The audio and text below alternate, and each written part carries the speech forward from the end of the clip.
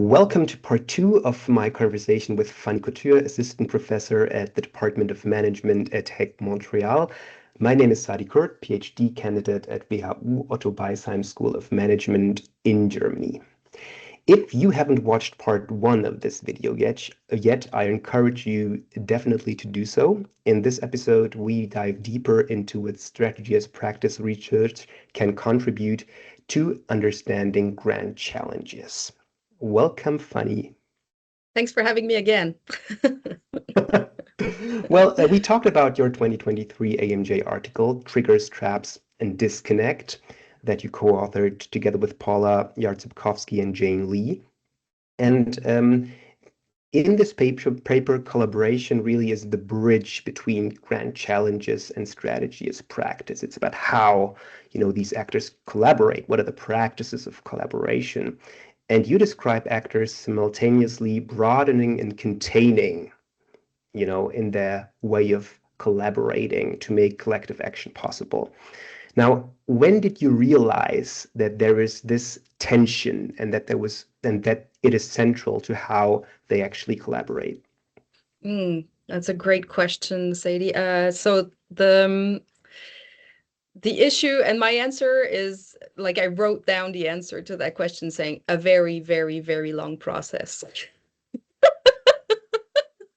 So as a doctoral student, I had these grand ideals of just being extremely thorough about analyzing all the data, which I did, and identifying everything that they did and they said, which I did.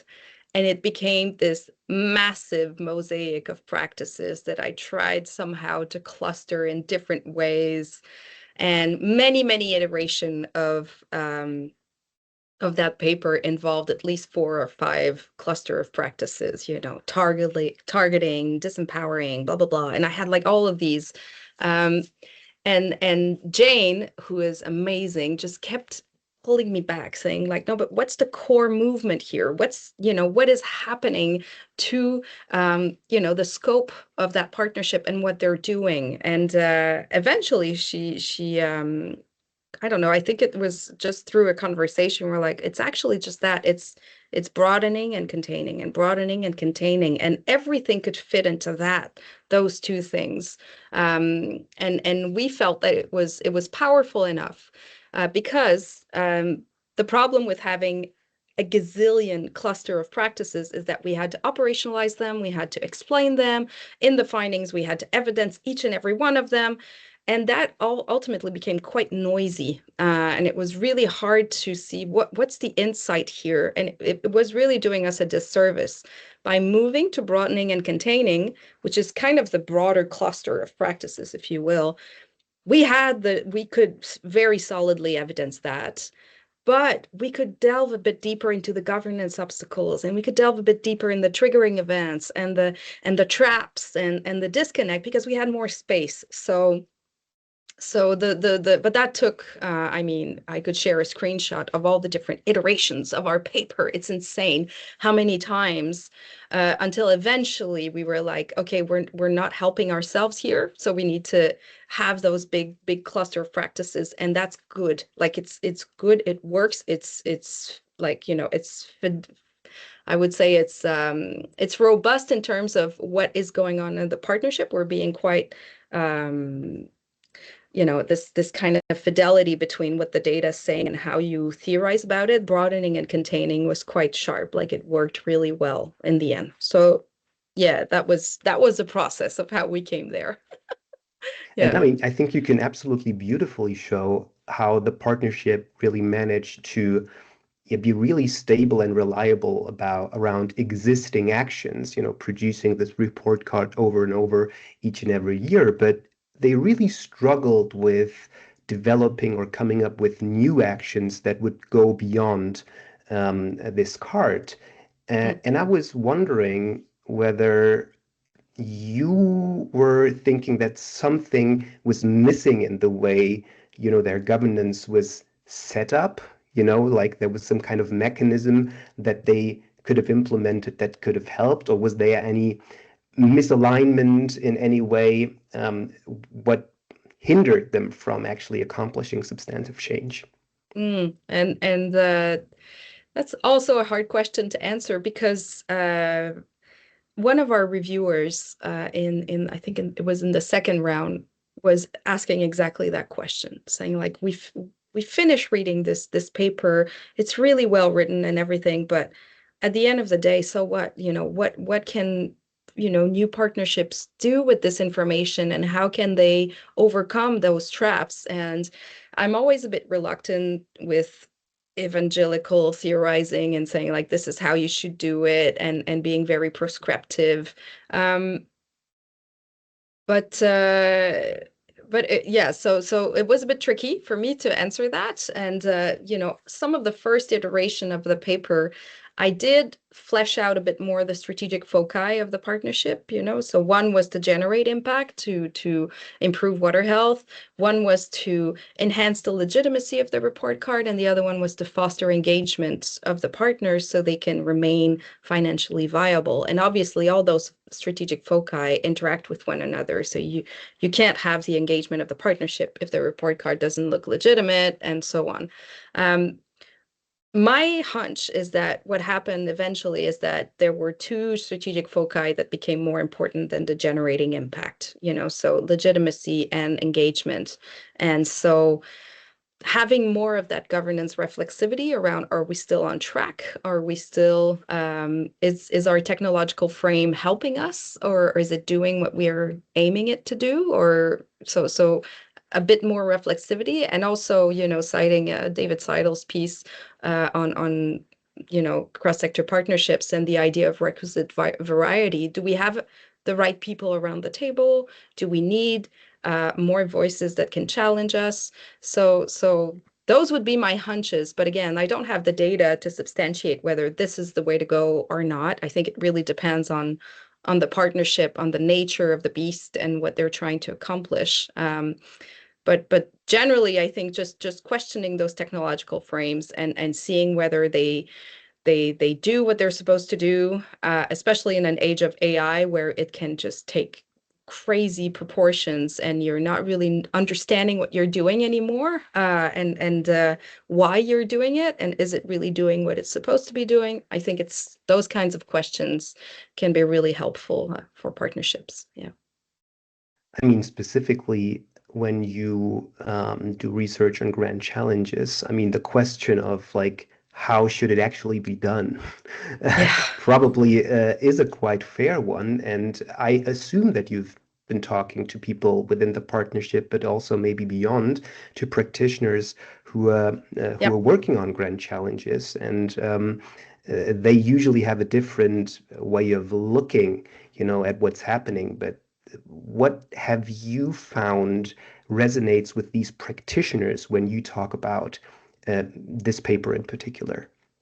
So whenever I present the paper to practitioners, some, well, most of the time there's relief that I've put words on processes that they've experienced at some point or another in their collaborative journey to doing something together.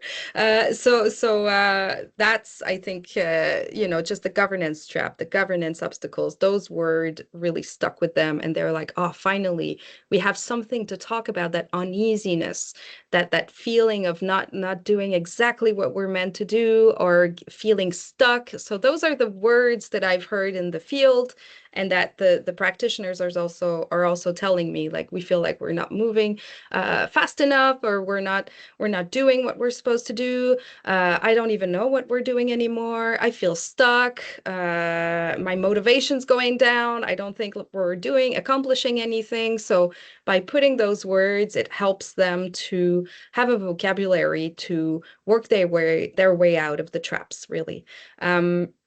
So they also want those recipes and those tips and those things. And I'm also reluctant to provide those, but I do talk about governance reflexivity and just give them a set of questions to ask themselves, to keep to stay critical about their journey and how they can enhance their collective power, really. So yeah. And I mean, it is a great blessing to have like a different perspective on a problem, right? And have Mm. vocabulary to talk about it. So they will figure it out, or Yeah, I hopefully. believe in collective intelligence. They should figure it out. I mean, we are a little bit more concerned, or also concerned Mm. with theories, and in particular, the AMJ paper that you wrote makes a contribution to path dependence theory, that actually suggests that external shocks should disrupt path-dependent patterns. But your study shows that these shocks can also stabilize uh, Yeah. or even reproduce these path-dependent patterns. And I thought it was interesting that when I wrote the paper, that these triggers, were not really dominating your story, your findings section, but then in the contributions, it really, yeah, came out, and it was like, oh my God, yes, you're right. This is like the triggers are really having this different function. Mm. But like, how did this theoretical insight emerge for you during your work, and what did you learn about crafting a contribution with that in mind? Mm. Great question again. So the way we found that pattern is by really looking at recursivity and positive feedback loop. So really looking at, because when any organizational phenomenon is stuck, there's many theories we can use to think about this, but at the end of the day, most of these theories will look at recursivity and feedback loop and how that locks them into a certain path, a certain way of going about things, escalating commitments, analysis paralysis, and all of these. So we were trying to operationalize that. We were really trying to show A leads to B leads to more A, basically. And that was a comment from our reviewer saying, like, get me this. I want this to be very clearly in your paper, in the findings. I want to see the A equals B equals more A. And that really helped. Like, because for me, I was going about it in a very ethnographic way, just being very like I'm French, so I'm French Canadian, so lyricism is in my blood. It's very flowery the way I write, and I was co-authoring this with a German and Australian, so very Anglo-Saxon way of thinking about things.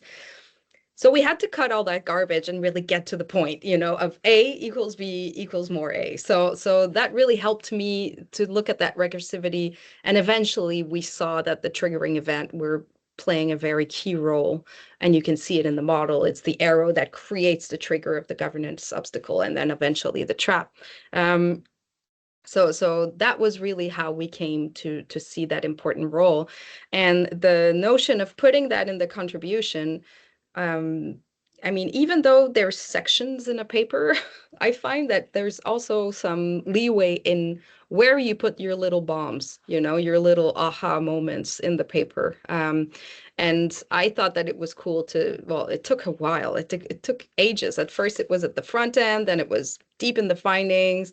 Then I was like, no, it has to be in the contribution. So we moved it around, but eventually it felt like that was a neat way to conclude the contributions, to be like, hey guys, that's also something we can contribute to path dependence. We're elaborating on that perspective by presenting this. Thank you, goodbye, mic drop, basically.